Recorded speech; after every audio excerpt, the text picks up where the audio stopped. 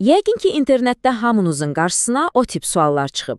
Bilirsiniz, sizi bir anlıq dayandırıb, düşündürən, amma cavabı da çox bəsit görünən suallar. Bax, bugün onlardan biri ilə. Demək olar ki, hər kəsin ilişib qaldığı bir tapmacayla sizi sınayacağıq. Görəsən, siz düz tapa biləcəksiniz? Gəlin başlayaq o məşhur sualla.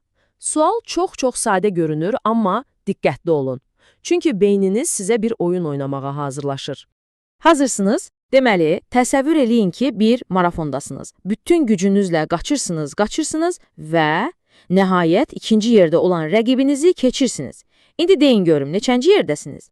Okey. Cavab verməyə tələsməyin. Bir saniyəlik dayandırın və cavabınızı şərhlərə yazın. Həqiqətən maraqlıdır, görək kimlər düz tapacaq. Yeri gəlmişkən, bax bu şərh yaz deməyimiz də bütün bu işin viral olmasının əsas səbəblərindən biridir. Amma buna birazdan qayıdacağıq. Yəqin ki, çoxunuz dərhal birinci dediniz, elədir? Amma cavab ikinci yerdir. Bəli, ikinci.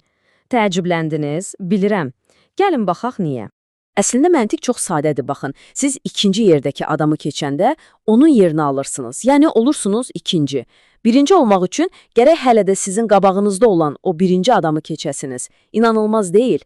Beynimiz bizi belə sadə bir şeydə necə aldada bilir? Yaxşı, bəs niyə demək olar ki, hamımız avtomatik olaraq birinci deyirik?